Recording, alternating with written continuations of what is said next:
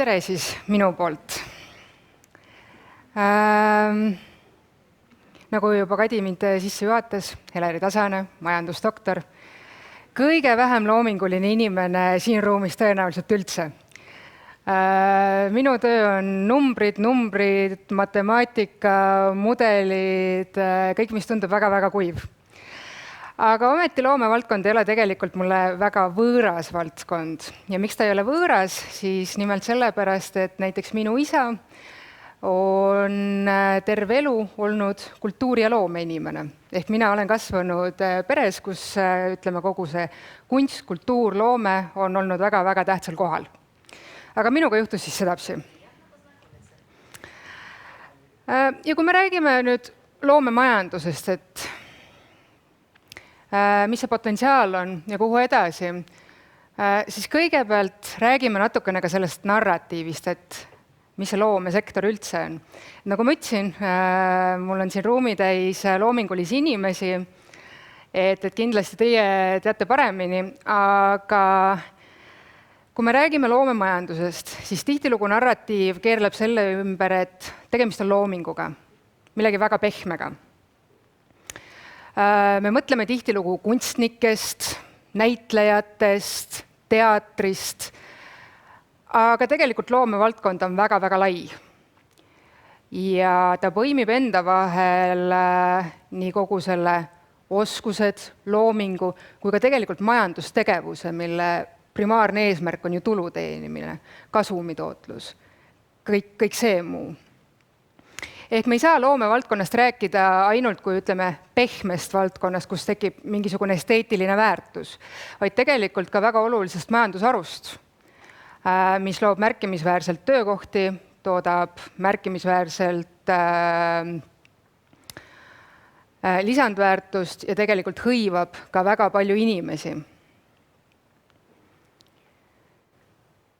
Ja kui me ütleme siis, et mida me siis loomesektoris loome, siis tegelikult väga lihtne vastus on intellektuaalomandit.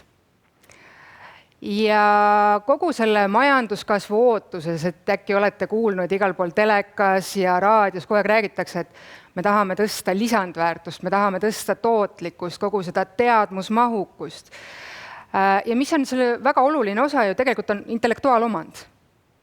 Seda tekib teaduses, seda tekib tööstuses ja kusjuures väga palju tegelikult tekib sellest ka just loomesektoris läbi erinevate autoriõiguste, litsentside, brändide ja kõige muu sellise.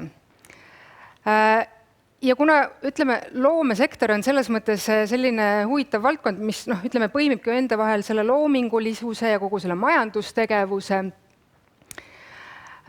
siis loomesektori keerukus on mõnevõrra ka takistuseks valdkonna olulisuse mõistmisel, sest tihtilugu palju loomevaldkonna nii-öelda panusest sumbub teistesse sektoritesse. Et näiteks meil on mööblitootja, kes disainib siis Eesti puidust funktsionaalset mööblit. Ja me ütleme, et see on mööblitööstus, puidutööstus. Aga me ei räägi tihti sellest ettevõttest kui tegelikult samamoodi loomeettevõttest. Kuigi kogu see loominguline komponent on seal väga-väga tugev. Ilma selle disainita, ilma selle brändita ei ole see ettevõtte pooltki nii tugev.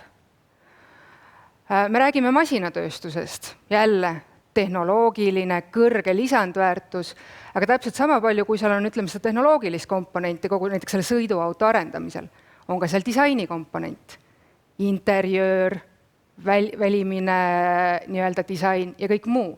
Ehk loomevaldkond sumbub tihti teistesse sektoritesse, mis teeb selle mõistmise tegelikult majanduslikust aspektist natukene keeruliseks. Ja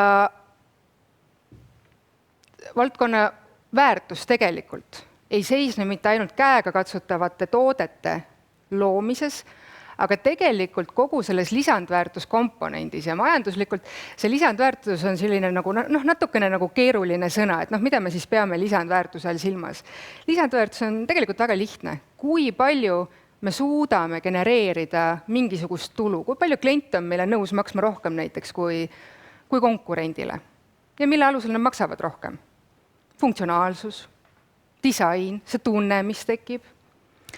Ehk loomesektoril on kogu selles lisandväärtuse kasvus oluline roll just kogu selle nii-öelda kasutajakogemuse või kliendi tundmuse tekitamisel.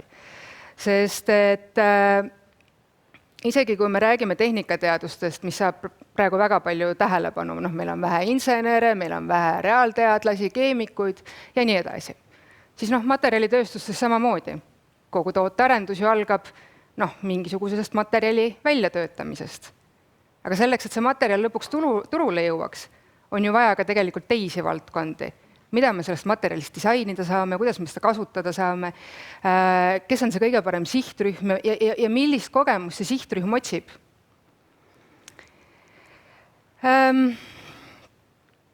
Ja tulenevalt sellest veel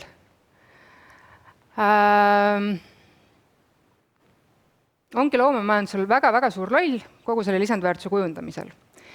Lisaks ei ole loomevaldkond ainult selline pehme disain, vaid kui me võtame erinevad sektorid kokku, audiovisuaal, ringhääling, muusika, arhitektuur, mängutööstus, need on kõik väga tehnoloogiamahukad valdkonnad.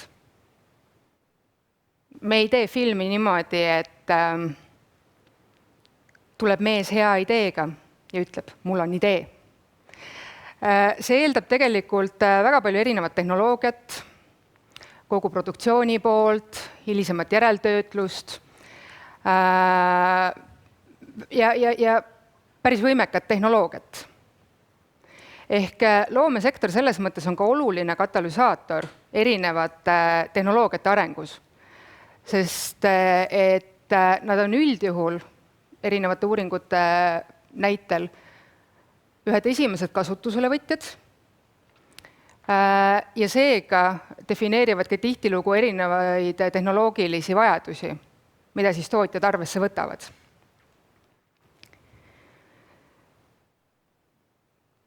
Ja vaadates rahvusvahelist konteksti, siis ütleme, teadlikkus loomemajanduse panusest on märkimisväärselt kasvanud.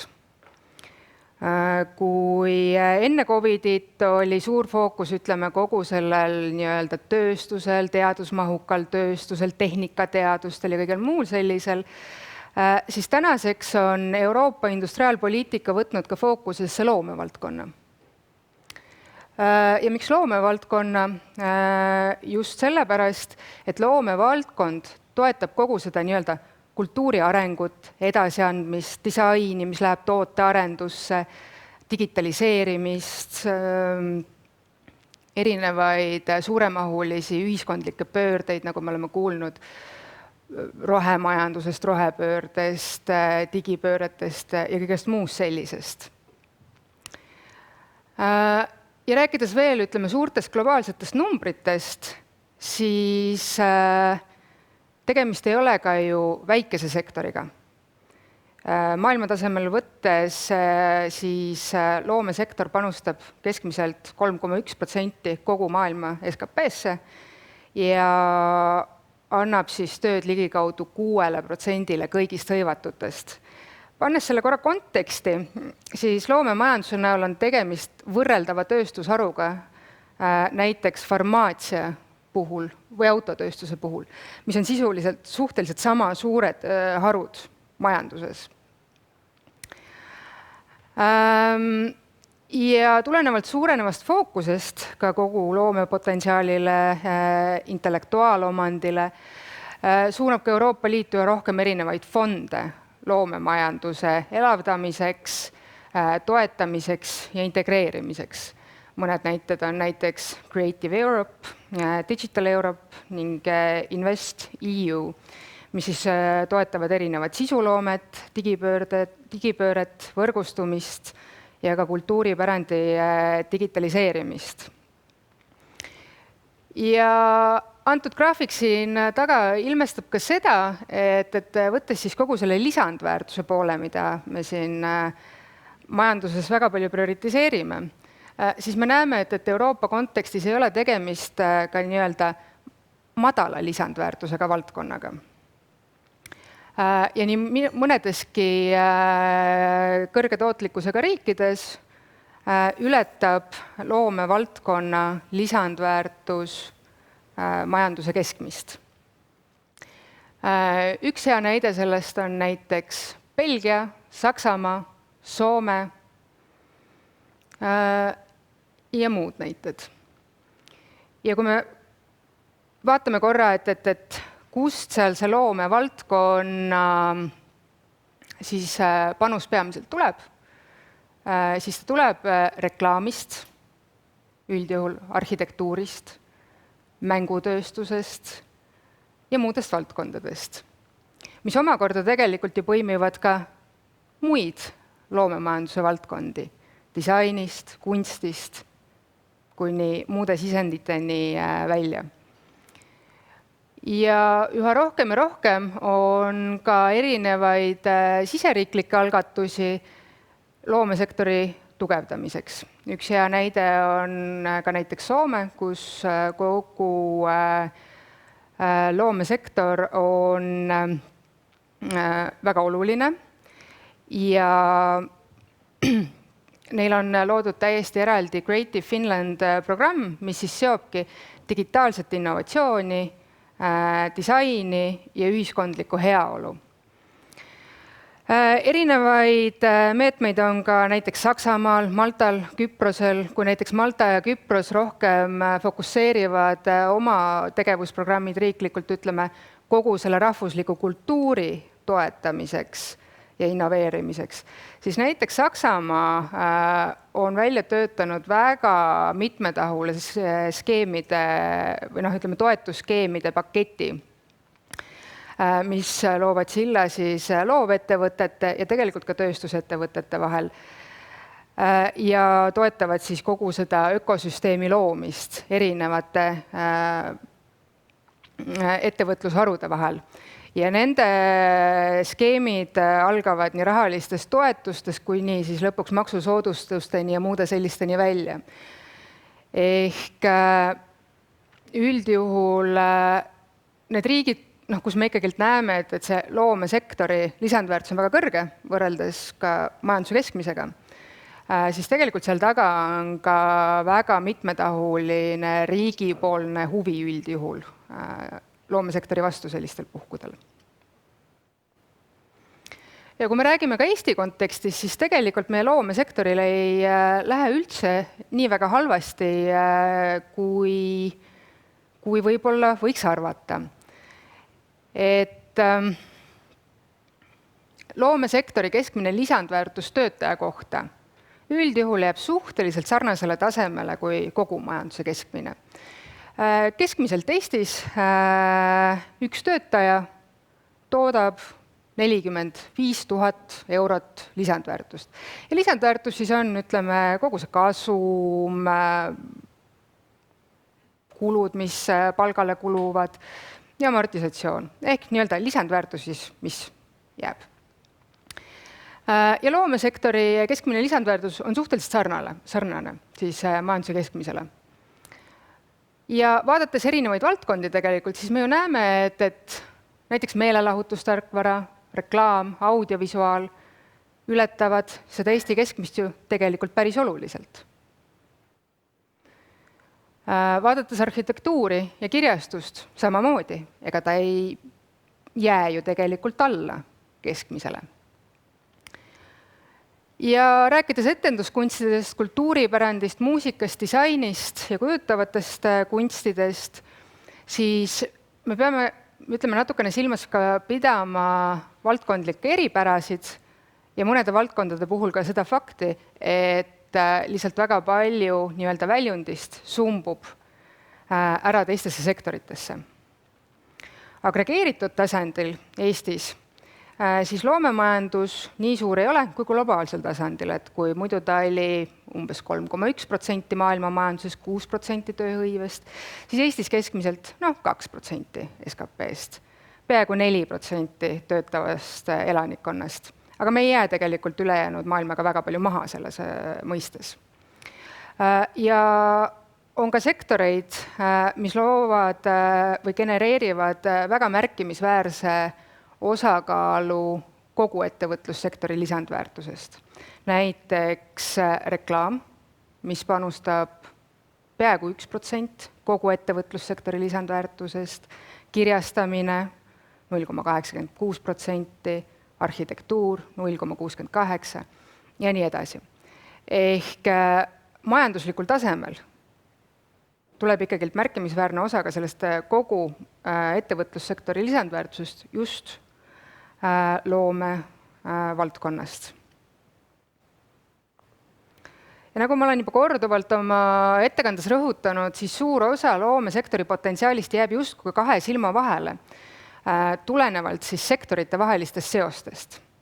Antud graafik siis ei tähista seda, et kui palju on loome inimesi antud sektorites, aga ta kujutab sisendväljund raamistikku. Sisendväljund raamistik on siis selline statistiline raamistik, kust me näeme, kust ühe sektori nii-öelda tooted liiguvad vahetarbimisse teistesse sektoritesse. Ja vaadates, et kes siis tarbivad loomemajanduse teenuseid, kes siis aitavad oma äril kasvada, kaasates selleks loomesektorit. Kõige kõrgem, üllatus, ma isegi ei osanud seda arvata, aga näiteks põhifarmaatsiatooted ja ravimipreparaadid. Tablette me ju ei disaini, mis see nišš seal on. Aga näiteks loomesektor on seotud põhifarmaatsiatoodetega ja ravimipreparaatidega läbi reklaami, läbi turu-uuringute, läbi kogu sellise kommunikatsioonistrateegia kujundamise. Ehitised ja ehitustööd, kus tuleb loomesektor sisse. Kogu sisematerjalide disain, arhitektuur, mujal klassifitseerimata masinad ja seadmed. Samamoodi. Väga oluline disainikomponent. Ja nii edasi, ja nii edasi. Liikudes siis kuni teadus- ja arendusteenusteni välja, 4,13%, mis on päris märkimisväärne, sest jällegi, kui me räägime tootearendusest, siis me ei saa ära unustada seda, et üks aspekt tootearendusel on siis tehniline tootearendus ehk kogu tehnika ja teadustegevus ja teine pool tegelikult on kogu see disain. Ehk kuidas kombineeritakse tehnikaalased teadmised kogu nii-öelda selle loomingulise poolega, et toode teha siis kliendi jaoks kõrgema lisandväärtusega. Aga samuti on oluline tarbija ka näiteks riigihaldus ja kaitse, samamoodi turu-uuringud, arhitektuur, mõnevõrra ka meelelahutustarkvara, statistikas mitte nii tugevalt. Aga loomevaldkond, nagu me siit näeme, tegelikult panustab väga erinevate sektorite arengusse ja nii mõnedki nendest sektoritest on klassikalises mõistes kõrge lisandväärtusega ja tehnoloogiamahukad. Ja tegelikult selleks, et pakkuda nendele kõrge lisandväärtusega ja tehnoloogiamahukatele sektoritele ka kvaliteetset teenust, on loomemajandus ise ka selle ootuse ees, et nende oskused ja kompetentsid oleks piisaval tasemel, et luua siis seda intellektuaalset väärtust, mida annab väärindada turul.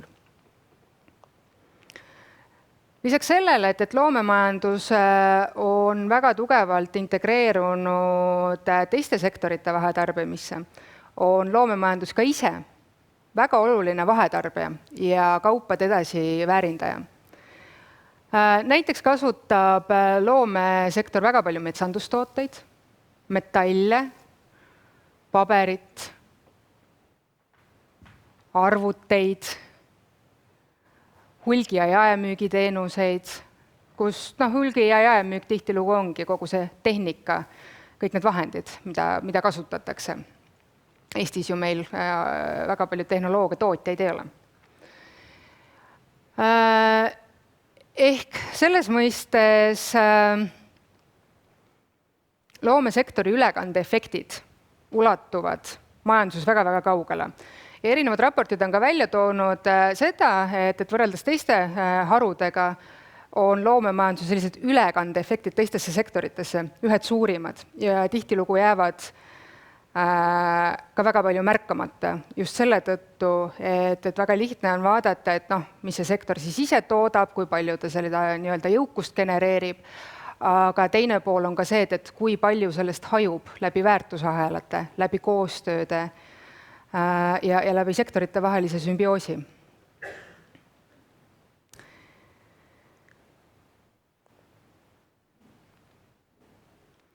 Ja rääkides ka ekspordist, siis jällegi majanduslikus mõistes, kui me ütleme sõna eksport, siis me tihtilugu mõtleme ekspordist kui sellest, et mingisugune kaup liigub üle piiri.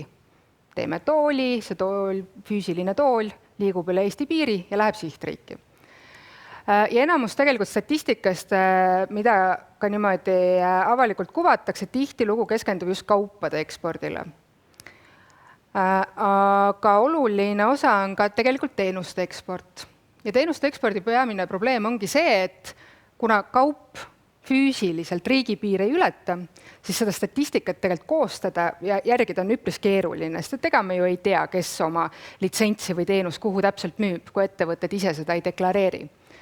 Nii palju, kui majandusaasta aruannetest ilmneb, üldiselt sinna statistikasse ka jõuab täiendavalt nii Eesti Pank kui ka Statistikaamet teeb siis täiendavaid statistilisi valideerimisi, et see ekspordinumber, siis teenuste ekspordinumber kätte saada. Aga kui me räägime loomemajanduse ekspordist, siis loomemajanduse kogu eksport on umbes 567 miljonit eurot, mis on peaaegu 2% kogu Eesti ekspordist. Ja suure tõenäosusega ka osa sellest on alahinnatud just tulenevalt teenuste ekspordist ja väga väikeste ettevõtete teenuse ekspordist. Peamised eksportijad on reklaamivaldkond, väga lihtne üle piiride müüa, kirjastamine ja audiovisuaal, mingi osa ka muusikast, meelelahutustarkvara, disain. Vähem kuulub ekspordile siis kunstidest, kultuuripärandist, etenduskunstidest ja arhitektuurist. Kultuuripärandist saame aru. Tegemist on ju millegiga, mis on meil füüsiliselt koha peal. Teda laia maailma saata on üpris keeruline. Jällegi, kui me räägime kogu kultuuripärandi digitaliseerimisest, siis ka see on üks võimalus tegelikult nii-öelda edendada ka selle valdkonna eksporti. Etenduskunstid samamoodi, pigem midagi, mis toimub koha peal, aga jällegi kogu digitaliseerimine, uued platvormid tegelikult võimaldavad meil ka eksportida neid valdkondi paremini. Ja rääkides eksporditurgudest, siis kuhu loomesektor valdavalt ekspordib? Tugevad on Läti, Leedu, Soome ja Rootsi. Ehk üldiselt need samad riigid, kes ka Eesti üldekspordistatistikas on väga tugeval kohal. Kus aga loomesektor näiteks edastab Eesti ekspordi edetabeleid, on näiteks Ameerika Ühendriigid, kus loomesektori eksport on proportsionaalselt oluliselt kõrgem kui näiteks majandus tervikuna kokku kogu ekspordist. Mis tegelikult viitab ka sellele, et sihtriigid, kes siis Eesti loomesektori toodangut kasutavad, on suhteliselt kõrge lisandväärtusega ja konkurentsivõimelised riigid. Ja miks on see oluline? Oluline on ta sellepärast, et välisturgudel konkureerimisel on üks oluline aspekt see, et seal on vaja konkureerida rahvusvaheliselt. Ei konkureerita enam siseturul kohaliku konkurendiga, vaid kogu maailma toodanguga, kes jõuab siis sellele eksporditurule. Ja märkimisväärne tulemus sellise kõrge lisandväärtusega riikide seas näitab tegelikult, et meie loomesektori toodangul on piisav potentsiaal olla nendel turgudel ka atraktiivne.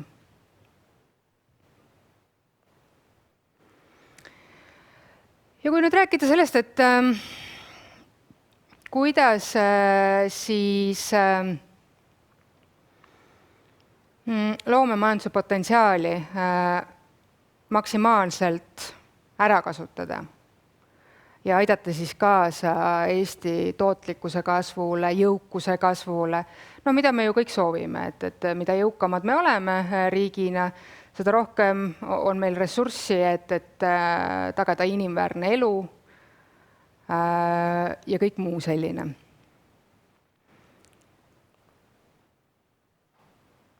Et minu isiklik seisukoht on see, et mult on küsitud ka, et milliseid valdkondi siis toetama peaks, milliseid valdkondi peaks eelisarendama. Aga majandusinimesena, kellel on innovatsioon ikkagi väga-väga hingelähedane, siis mina näen seda, et selleks, et lisandväärtus ikkagi kasvaks, selleks on oluline erinevate sektorite ja kompetentside põimumine. Et jah, meil on reklaam, meil on arhitektuur, meil on mängutööstus, kus seda väärtust luuakse väga-väga palju. Aga seda teevad kõik. Kõik riigid ju konkureerivad, kõik üritavad lisandväärtust luua. Et kus siis tuleb võiks tulla meie see eripära? Ta võikski tulla targast koostööst, kus põimub siis nii-öelda traditsiooniline majandus ja looming. Et mõned näited näiteks. Pakenditööstus. Kuidas disainida paremaid pakendeid, mis on funktsionaalsemad. Sest et ütleme, pakendi eesmärk ei ole ju tegelikult ainult see, et see hakkliha peab seal paki sees püsima, kuni keegi ta poest ära ostab ja panni üle paneb, vaid tegelikult tal on ka oluline funktsioon näiteks rohepöörde elluviimisel, biolagunevad pakendid. Pakendi funktsionaalsus. Kas see pakend on mugavalt kasutatav kõigile sihtrühmadele. On inimesi, kellel on erinevad takistused näiteks mingisuguste pakendite kasutamisel ja seda mitte ainult toiduainete tööstuses, vaid tegelikult ka kosmeetikas ja mujal. Liikudes veel edasi. Kuhu saab veel loomevaldkond panustada tervikuna? Mina ütleks, et uued tehnoloogiad. Ja praegune aeg on selles mõttes väga huvitav, et ühtepidi küll tehisintellekt või ütleme, kogu see algoritm on 70 aastat vana, aga nüüd turule tuli ta laia kasutusse alles nüüd. Aga kõige sellega on tekkinud ka selline tehnoloogiline buum järjekordselt. Ehk üha rohkem on AI-d, AI-agente. Ja kui täna näiteks AI-agentide turuväärtus on hinnanguliselt 5 miljardit, siis aastaks 2030 on ta 47 miljardit. Ja kas AI-agendid jäävad ainult koodijupiks, mis vastavad küsimusele, teevad mingisuguse ülesande ära? Tõenäoliselt ei jää. Ehk tõenäoliselt toimub ikkagi märkimisväärne robotiseerimine ja tehisintellekti levik, mis tähendab, et kogu see tehnoloogia on kliendivastas. Aga kuidas muuta teda inimlikumaks? Kuidas anda talle nimi, kuidas anda talle nägu? Ja see hakkab omavahel ühendama nii kunsti, kujutavat kunsti, disaini, kogu loome poolt, et milline on inimese taju. Täna ei ole tehisintellektil inimese taju, jah, ta on keelemudel, ta võtab puhtalt statistiliselt, milline on kõige tõenäolisem vastus. Ja milline sõnade järjestus on tõenäoliselt kõige õigem. Aga mingilt maalt me ju ikkagi vajame seda, et see, kes meiega suhtleb, on see siis masin või on see siis inimene, et tal ikkagi oleks nägu ja tal oleks nii-öelda isiksus. Ja siin on oluline roll loomesektoril, just koostöös tehnoloogia arendajatega näiteks. Teine on ka kogu, ütleme, virtuaalreaalsus, mida on võimalik kasutada nii tööstustes treenimiseks, et tuleb uus töötaja pakkimisliinile, ja ta saab läbi virtuaalreaalsuse siis nii-öelda katsetada, kuidas ta oma tööd peab tegema. Euroopas juba täitsa levinud. Aga jällegi, et kuidas see virtuaalreaalsus tekib, et see ei ole ju ainult programmeerimine. Seal on kogu disain, seal on kogu nii-öelda kunstipool, ehk kuidas muuta nagu midagi võimalikult reaalseks kogemuseks. Sõjatööstuses simulatsioonid, läbi virtuaalreaalsuse simuleerimine, jällegi ühendades disaini, kujutavaid kunste, muusika, audiovisuaalvaldkonda ja kõigis nendes erinevates valdkondades tegelikult tekkivaid osiseid. Ja virtuaalreaalsusega jällegi väga kasvav valdkond, 21 miljardit turuväärtust täna, aastaks 2032 tõenäoliselt 123 miljardit.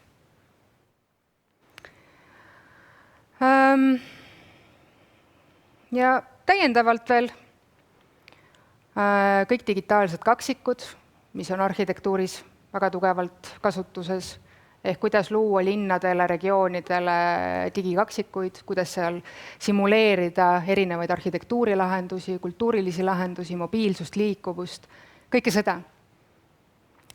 Ja selles mõttes loomesektor on tõenäoliselt üks võtmekomponente kõigi nende lahenduste nii-öelda kvaliteedi ja lisandväärtuse tagamiseks. Lisaks ka kogu uute ärimudelite loomine tänu loovsektorile ja loovtööle, mis aitab siis ka traditsioonilisematel ettevõtetel kohaneda, leida uusi võimalusi, uusi nisse ja miks mitte ka uusi ärimudeleid tegelikult.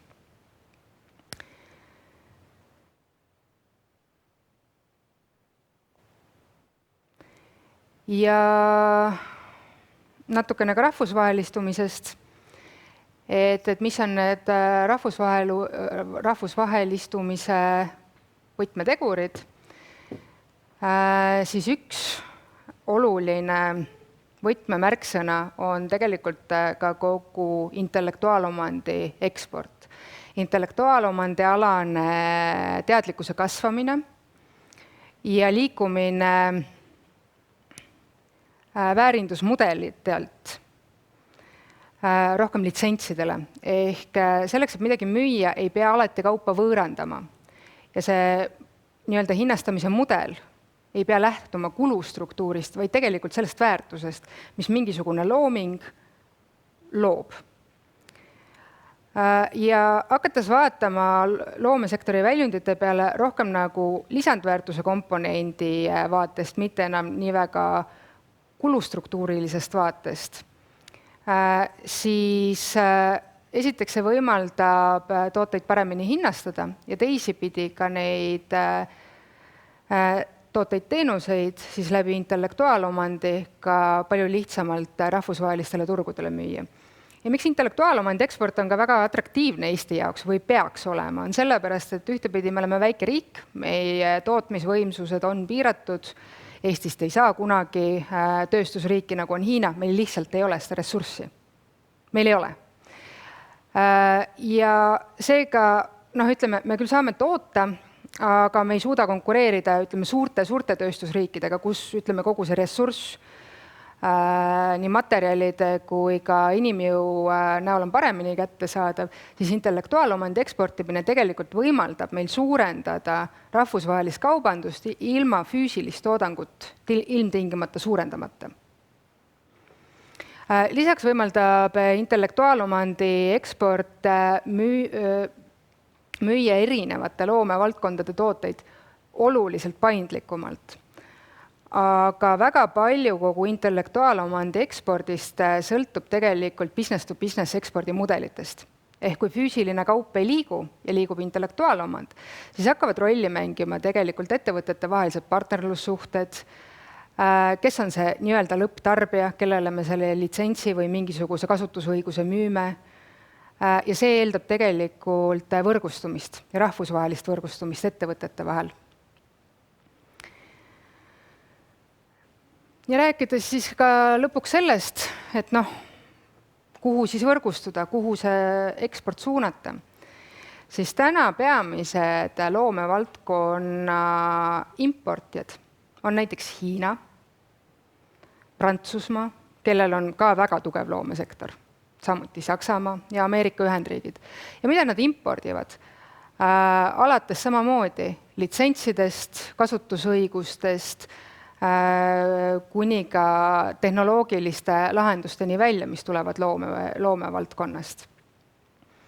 Ehk tegelikult võimalused loomesektori edendamiseks on väga-väga laiad, aga see eeldab seda, et me vaatame loomesektorit ja loomesektori toodangut natukene erinevalt sellest, mis tuleb näiteks tööstusest. Hinnastame seda vastavalt ja aitame luua, ütleme, selliseid rahvusvahelisi koostöömudeleid, mis siis toetavad kogu loomingu müüki välisturgudele. Aitäh!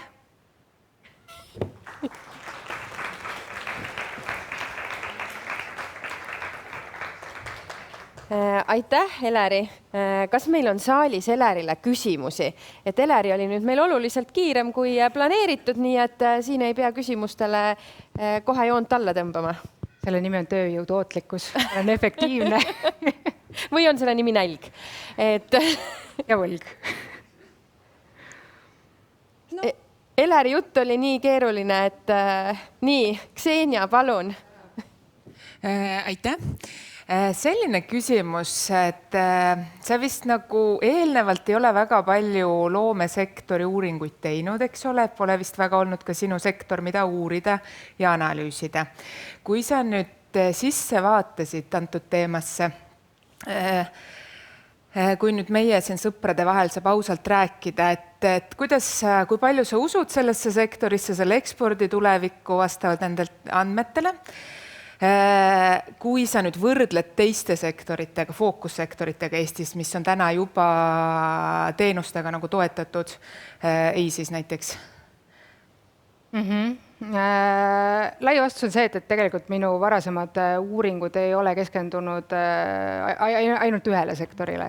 Ehk selles mõttes sellist sektoripõhilist fookust või ütleme see, mida ei nihesta.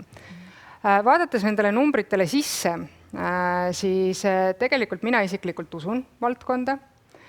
Ja miks ma usun, on sellepärast, et kui me võtame kogu selle minu teadustöö fookuse, siis see on olnud valdavalt innovatsioonile suunatud. Ehk kuidas tekib innovatsioon ja mis mõju innovatsioon avaldab ettevõtetele. Ja üks osa innovatsioonist on kogu tehnoloogiaalane innovatsioon, aga teine pool on ka kogu see nii-öelda tootearendus. Ja tootearenduse komponendite puhul me ei saa mööda minna disainist, loomingust ja kõigest sellest. Lihtsalt probleem ongi see, et ta on tihtilugu sumbunud kogu selle nii-öelda tehnilise tootearenduse sisse. Kuskil tehnoloogia ettevõttes on disainer, kes läheb statistikas kaduma. On meil veel aega, ma küsin. Ja. Kui keegi teine ei taha küsida, ma kasutan seda aega. Et täpselt nagu sa praegu ütlesid, et meil on nagu see tehnoloogia, mis on nagu võimestab riigi teisi sektoreid, aga see, kuidas nagu ma näen seda, on, et isegi meie tehnoloogiasektoris, IKT-s, IT-sektoris on ju algselt idee. Ja idee on ju loominguline osa. Ja siis on küsimus, kuidas me seda rakendame. Ja siis me üks rakendajatest on kindlasti tehnoloogia, mis ongi meie nagu olevik, tulevik ja nii edasi, aga see algne idee, see impulss on ju loominguline, et kuidagi nagu see on nagu kadunud, et see saab alguse loomest, siis me kasutame, rakendame tehnoloogiat, et see nagu teostada ja seda me saame ju rakendada ükskõik mis nagu valdkondades ja peamegi rakendama üldjuhul. Ja siis seal sees rakendamise ajal me saame ka palgata disainereid, mis on jälle loovjõud. Ehk et ta nagu nii algne impulss, kui ka seal sees on igati läbipõimunud, on ju. Jah. Aga kui me räägime nüüd loovsektoritest eraldi, et mis sa nagu sellest arvad, et sul oli kenasti ka nagu välja toodud ja võrreldud siis rahvusvaheliselt, et kui me räägime nüüd loovsektor, mitte nagu sellest võimendus, et loovsektor kui teiste sektori võimendaja, vaid loovsektori ennast ja loovsektori valdkondade eksport ja selle võimekus. No ütleme niimoodi, et statistiliselt siin saigi tuua loomevaldkondade eksport ja kogu see nii-öelda panus välja siis sektoripõhiselt, mitte siis nii-öelda põimununa teistesse valdkondadesse. Aga kommenteerides siis seda küsimust, et tegelikult ka ärimudelid ju muutuvad.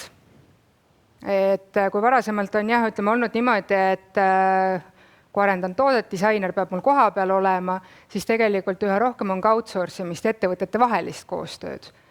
Ja sellisel juhul need disainerid, kes on olnud varem nii-öelda kuskil muude sektori ettevõtete struktuurides, nad liiguvad loomesektorisse. Ehk siin ma ei taha kindlasti viidata sellele nagu aspektile, et justkui see disainer loob näiteks rohkem väärtust mingi muu majandusstruktuuri sees, vaid tegelikult pigem sellele, et see põimumine on väga-väga keeruline. Vahest põimuvad nii-öelda erinevate sektorite vahelised ettevõtted, teinekord loov isik läheb sulle mingisse ettevõttesse tööle, mis tegutseb täiesti erinevas majandusstruktuuris.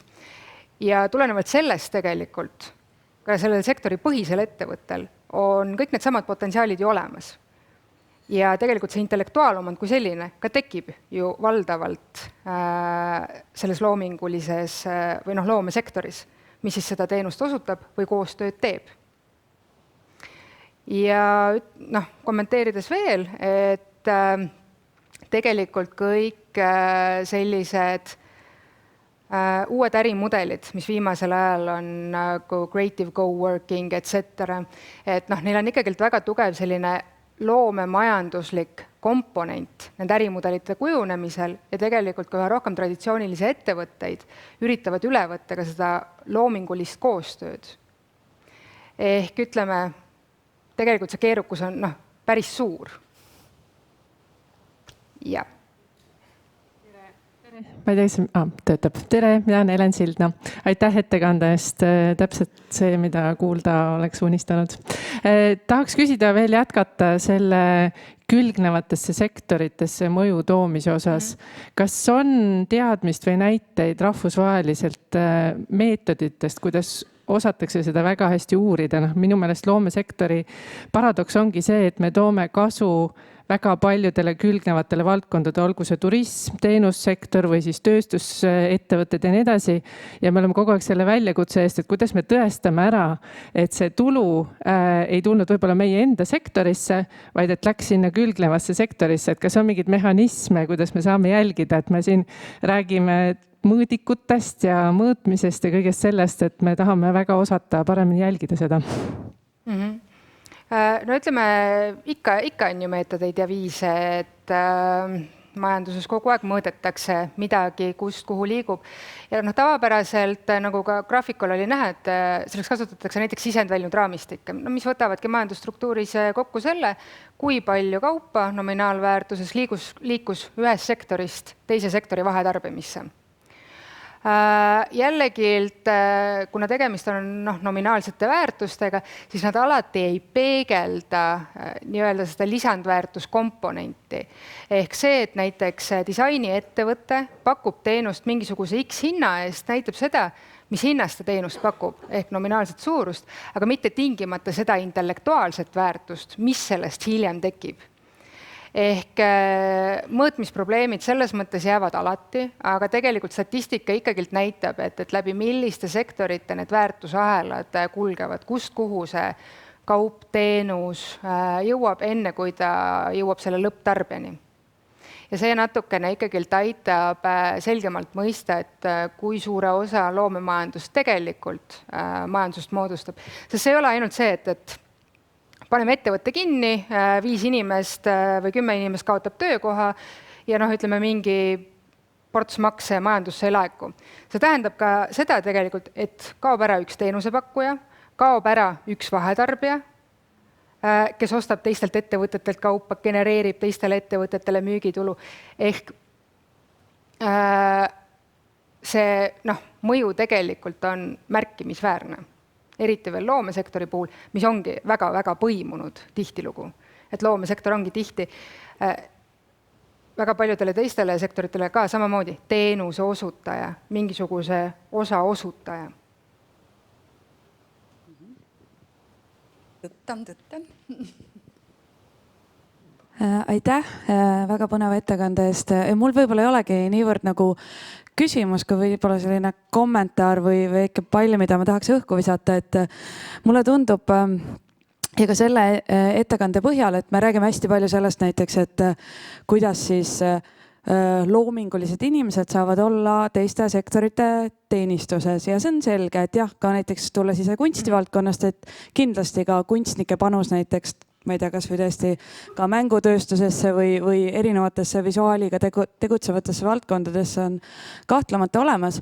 Aga mulle tundub just rääkides siin mitmete kolleegidega ruumis ringi vaadates, on natukene, võib-olla kipub nagu nihkuma, aga fookus ära sellest, et kuidas me seda tegelikult tugevat enda kultuurisisu iseseisvalt suudame hästi eksportida. Et noh, kui tuua näide, et siis ma ei kujuta ette näiteks, et noh, oleks, ma arvan, väga nagu ilmselt raiskav öelda, et kõik Eesti täna tegutsevad kaasaegsed kunstnikud, kelle teostel on iseseisvalt väärtus, eksport, rahvusvaheline läbilöögivõime kõik olemas, et noh, nemad peaks nüüd hakkama teistes külgnevates sektorites tööle või noh, ma ei tea, tahame siin küsida, et kuidas näiteks Eesti raamatud võiksid olla paremini rahvusvaheliselt nähtaval või noh, et muusika samamoodi, et see muusika iseseisvalt, mitte nagu ma ei tea, millegi muu teenistuses, et võib-olla nagu kuidagi mulle vahepeal tundub, et kui me räägime sellest ekspordist ja ka täna, et me räägime hästi palju sellest, kuidas ta saab nii-öelda külgnevatesse sektoritesse kiirata,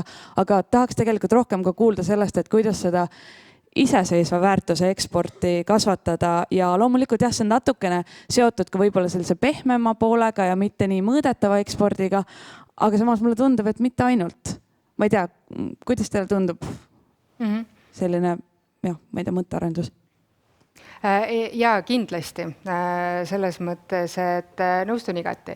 Et kui me räägime kultuurist ja kogu selle kultuurikuvandi ja kultuuriga väga tihedalt põimunud sektorite just enda ekspordivõimekuse kasvatamisest, siis noh, jällegi ühtepidi taandub ta ära nii-öelda majanduslikele võimalustele, mis sektoril on, kui tihe on nii-öelda see koostöö riigiga, mis on need toetusmeetmed, et loomeinimesed saaksid luua kogu seda poolt.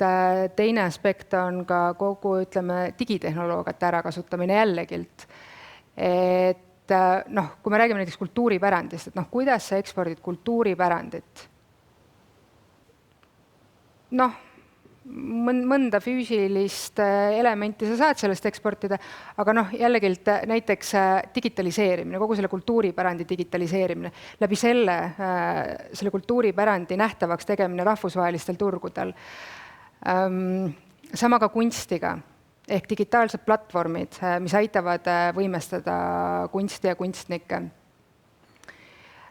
Ja noh, ütleme, tulles ka muusika juurde tagasi, et ja samamoodi ka kunsti, siis tegelikult jällegi rahvusvaheline koostöö ja võrgustikud, et noh, kuskilt on ju vaja see jalg ukse vahele saada, et see nii-öelda võimestus tegelikult tekiks.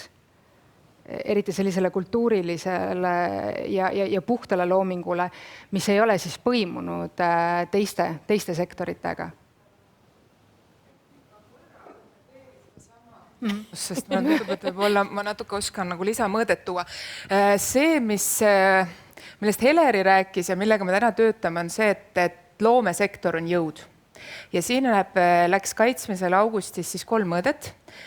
Horisontaalne, omad valdkonnad ja 3. on kuvand, millest täna me vist üldse pole jõudnud on ju rääkida. Et need on 3 mõõdet. See, kuidas me neid sisustame, on nüüd kavasisu. Ja see kavasisu, seda me saame presenteerida alles juunis, seda täna ei ole. Heleril seda ei ole mitte kellelgi meist. Et me hakkame seda alles tegema ja looma, ehk et see, kuidas valdkonnad saavad selles ühes kavapunktis, mis ei puuduta horisontaalset teiste sektorite võimendajat, sisustada teenustega seda, mis on need augud täna, mis ei ole nagu teil võimalik ise täita, et ekspordile minna. Need on juba nagu teenuste vestlused, mida parimal juhul võiks siis läbi valdkondade nõunike infokorjat teha, aga neil ka täna ei ole seda infot, mida teilt korjata, sest et me teemegi on the go.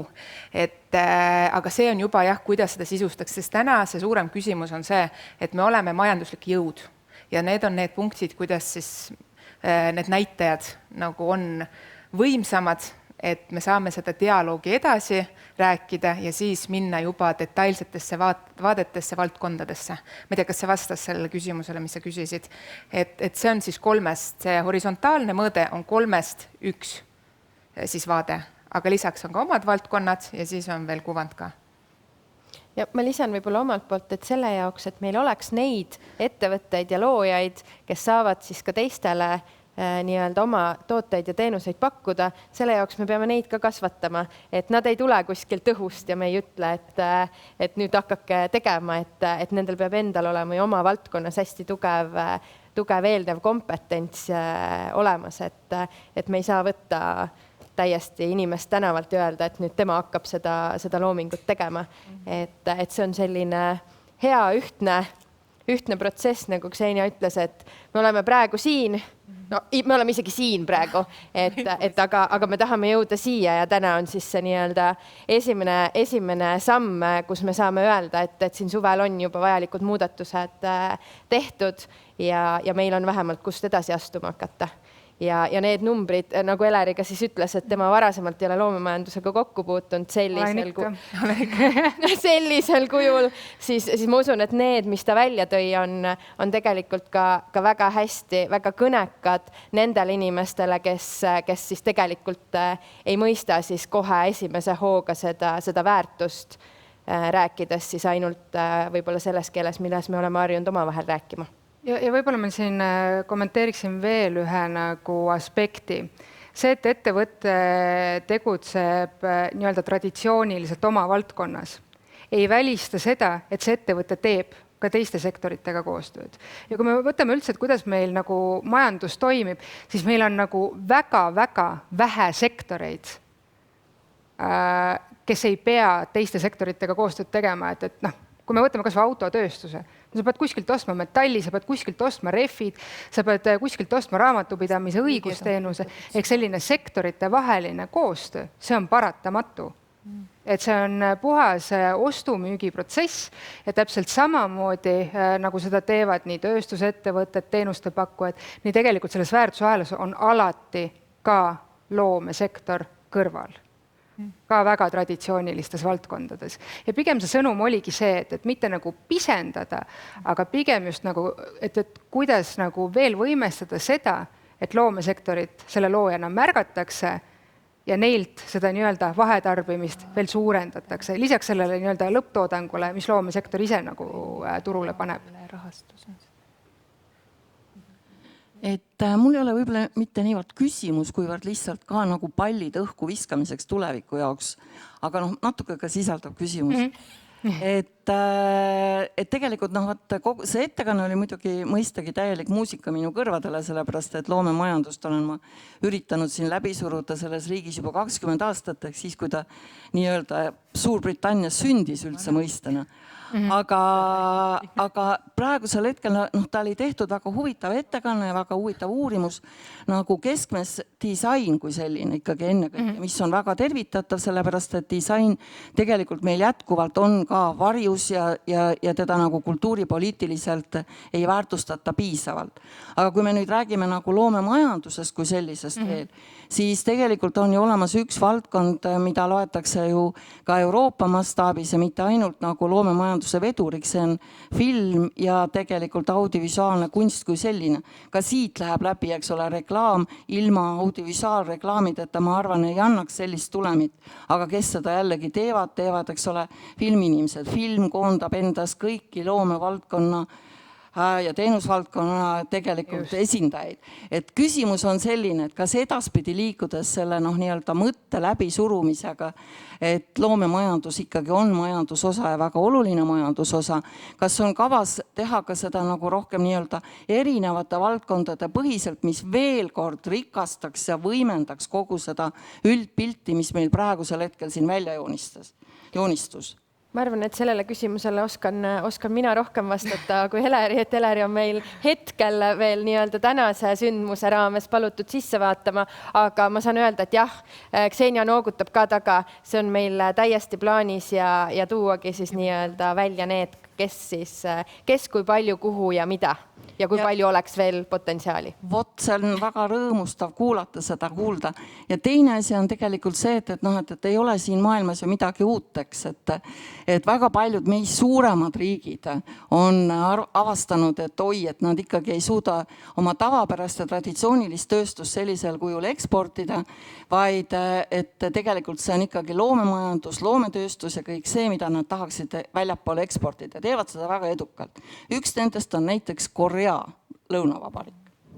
Ja nemad on välja mõelnud sellise brändi nagu K-Food, K-Drama, K-Drama, K-Series, K-Dance ja kõik nii edasi, eks ju.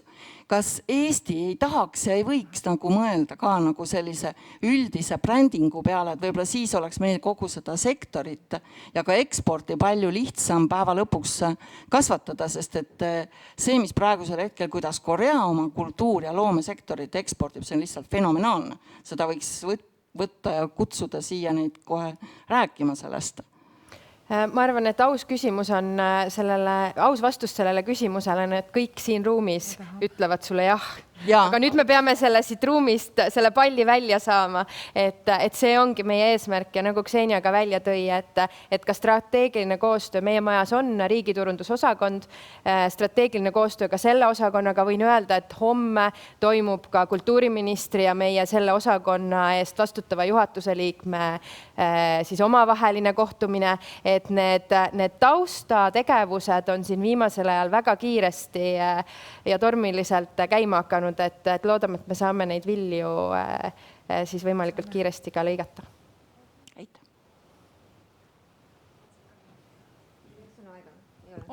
50 sekundit jõuad. Ja kuna tuleb lõuna peale, siis jõuad veel. Ja kõigile meeldib, kui lõunaaega võetakse. Mina olen Lilit Palmar Maru VR-ist, nii et esindan seda meelelahutustarkvara osa sellest kõiges. Ja ma tahtsin lihtsalt adresseerida seda, et see ekspordipotentsiaal, millest me siin räägime, et meie ekspordime, meie turg ongi globaalne turg, me ei räägigi ja ma ei mõelnud algusest peale, me ei saanudki mõelda, et Eesti on meie turg, ehk siis me ekspordime globaalsel turul. Ja üks moment, mida ma tahtsin lihtsalt välja tuua, on see, et kui me niipea, kui me pea välja pistame oma enda riigist, siis me konkureerime, see konkurents on meeletult suurem. Et siit nüüd tulebki kõik see, millest Ksenia rääkis ökosüsteemist, haridusest, omavahelisest koostööst. Üksi seal konkureerida on praktiliselt võimatu, sest teistel riikidel, kes samamoodi ekspordivad oma tooteid, on see ökosüsteem juba olemas. Nii et me oleme, selles mõttes me alustasime, meie stardipositsioon on ikkagi väga palju tagantpool kui teistel, aga see saab ainult siis toimuda, kui see toimub tervikuna ja kõikide osapoolte toetusel, sest see konkurents on meeletu. Kui keegi tahab teada, kui suur, siis ma võin rääkida pärast.